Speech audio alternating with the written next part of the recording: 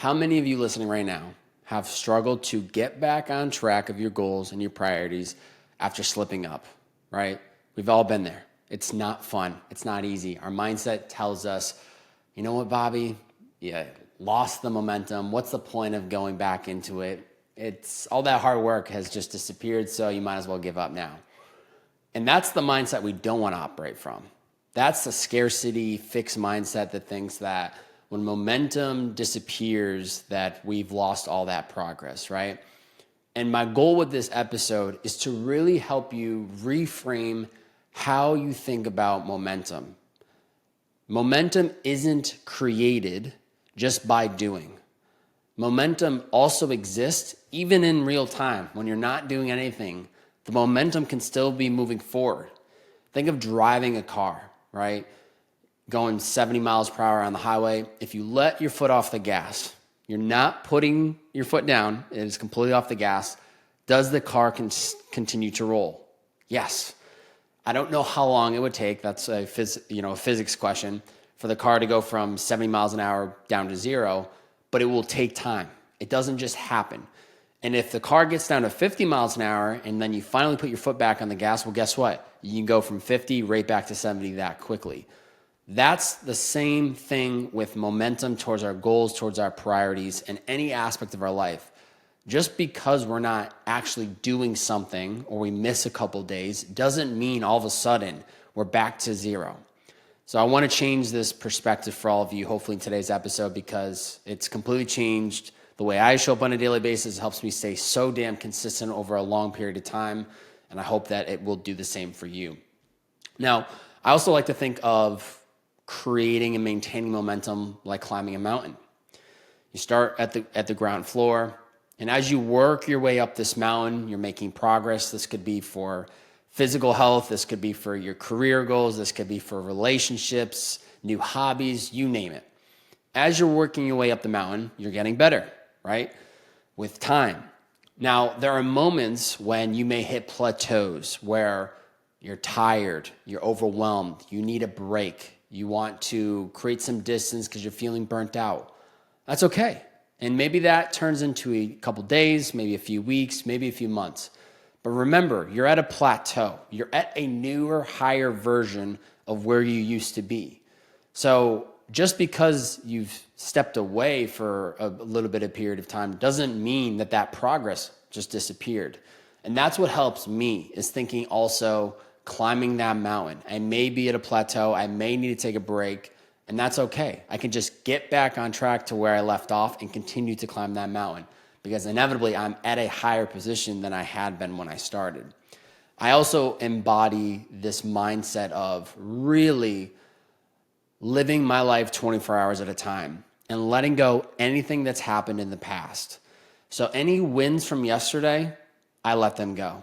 Any losses from yesterday, I let them go. Anything in between, I let it go. Every morning when I wake up, I see it as a completely fresh new slate. I'm excited. I see just opportunities for growth, and that's what I kind of welcome the day with. I'm not thinking about yesterday locking in a brand partnership or, getting a no from a client that I thought would want to move forward with my coaching program. It's yesterday. I'm just focused on today.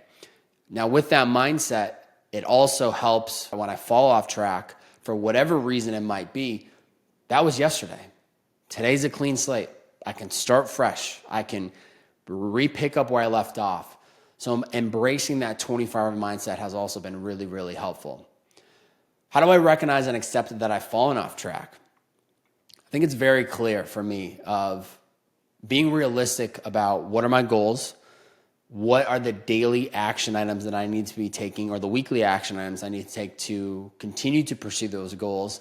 And if I'm not following through on them, then there needs to be something that needs to be addressed. That's how I know I've fallen off track. There have been moments I've taken, micro breaks from this podcast. Maybe just 2 months ago, I took 3 weeks off without even saying a word to anyone, and I just did it because I was focusing my efforts and energy elsewhere. And then I got right back on track, and I've been weekly ever since. It happens, and I hold myself accountable to get back on track when I feel it is right. So really, I set the expectations. If I tell myself I'm going to go to the gym 5 days of the week, well, I better get my ass in the gym 5 days a week. If I say it's 3, then it's 3. I'm the one that has to call out when I'm off track and then recourse correct to get myself back on track. How do I reflect on what caused the setback without self-blame? Now, this is really important because it's easy, and it has been easy for me in the past, to get so self-critical, judgmental, and disappointed in myself that inevitably creates a bigger block. So I could miss a workout for a week and get so in my head about it that it then it makes me miss week 2, maybe even week 3. So for me, it's just assessing what was the cause of why I've been off track, and then being so unapologetic about it and okay with it, of like, it happened, it's all good. And then allowing myself the space to get back on track and not attaching my identity, my worth to the fact that I wasn't pursuing the goal. So I think just that little change has made such a huge difference, because I don't attach myself to the goal or being the reason of why I'm not pursuing or I've fallen off track. What steps do I take to create a plan to get back on track? It's all about scheduling, right? That's what I'm all about. Schedules, systems, routines. So for me, it's like when I've realized something isn't as consistent as I want it to be, and I'm not pursuing the thing, I ask myself, when and where do I need to prioritize this? And once I have that figured out, it makes it so much easier for me to lock in. When I was kind of restructuring a new workout routine, getting back into lifting weights about a month ago, I just figured out the days of the week that I was going to be doing it, figured out the days of the week that I'd be running, and I just systemized it. So that's the key, is coming up with a plan of when am I going to do what? And once I know that, I put it on my calendar, I make it non-negotiable, and I do the thing. Of course, there will be those one-off hiccups. Maybe I miss it for one reason or another, but I would say, honestly, 99% of the time, if it's on my calendar, I'm following through and I'm doing it, because that's what holds me accountable, as I've talked about in some of these past episodes. How has setting small, achievable milestones helped rebuild momentum? This goes back to the 24-hour mindset, what I was saying earlier. You come off of having some great consistency. You feel like you lost the momentum. Now, how do you pick back up where you left off? It's thinking about short decisions, short-term things that you can do that are going to set you up. So for me, it's all about, what can I do on a micro level? What are the daily actions or things that I can do that are going to help me get me to where I want to be? I know I just need to focus on a 45-minute workout. I know I need to just focus on 3 to 4 2-hour sprints during my working hours. I know I need to just focus on right now recording this podcast. This is going to be episode 261. If I didn't think in the micro, in the small steps, I wouldn't have made it to 260, because I would have been so overwhelmed on day one. How am I going to get to episode 261? It's so far away. Like, that would cause overwhelm, and that would cause me to not take actions for it on a daily basis. So instead, I just choose to go one small step at a time. That's it. Short, simple, and easy. Why is it important for you to have a support system? Support systems are incredibly important, because even when you have these routines and you're scheduled in and you have your priorities in alignment, there are moments that you're going to fall off track.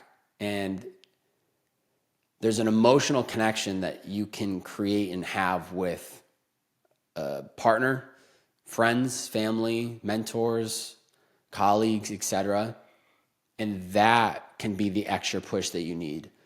Back in May, I went through like a 2 to 3 week burnout, and I was so fortunate to have Kate here to support me through it and to help me regain that momentum, because even systemizing my life at that moment in time, it didn't matter. I don't know what it was I do know what it was in May, but I was going through a lot of emotional things, and thankfully Kate was there to kind of push me. So I would say having a support system can be incredibly important to give you that little extra nudge even when you want to give up.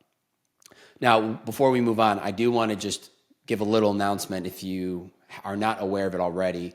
I just recently, last week, announced my men's retreat that's going to be taking place here in Austin, Texas from November 14th to November 17th. This is a men's retreat.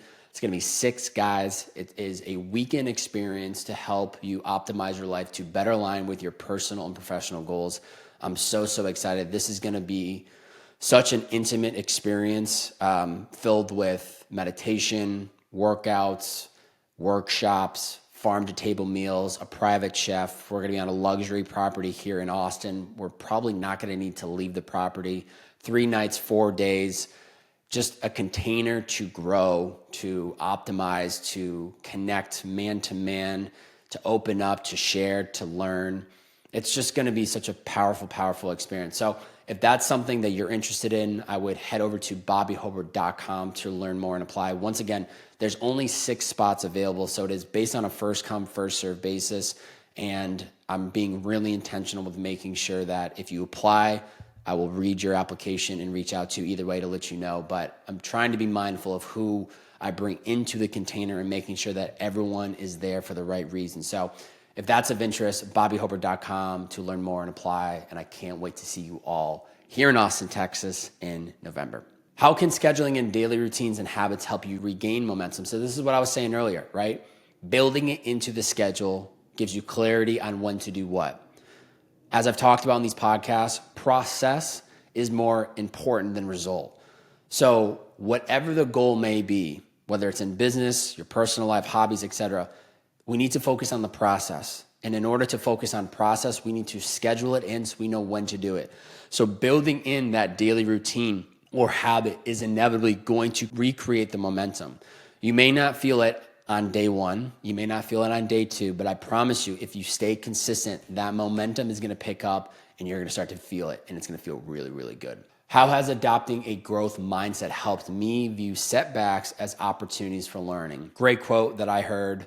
This would have been March of 2021 when I interviewed the founder of Liquid IV. I've quoted this quote many times on this podcast, but this is just a few months after he got acquired for, I think, somewhere around $500 million. And I asked him, I said, how did you push through with failures? And he said, every decision I made was either a learning opportunity or a winning decision. There was no such thing as failure. So just understanding that and accepting that, you start to see the world and your experiences and your decisions and everything as a opportunity to grow. It's either a decision or something that's working for you or something that maybe isn't working for you, but you can learn from it. So all of these moments where I feel setbacks and the quote unquote momentum slows down, I just see them as opportunities for me to learn and improve. What can I change differently now moving forward so that I don't come back to this place?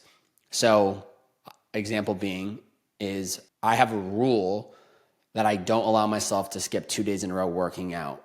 And that's what helps me stay so damn consistent.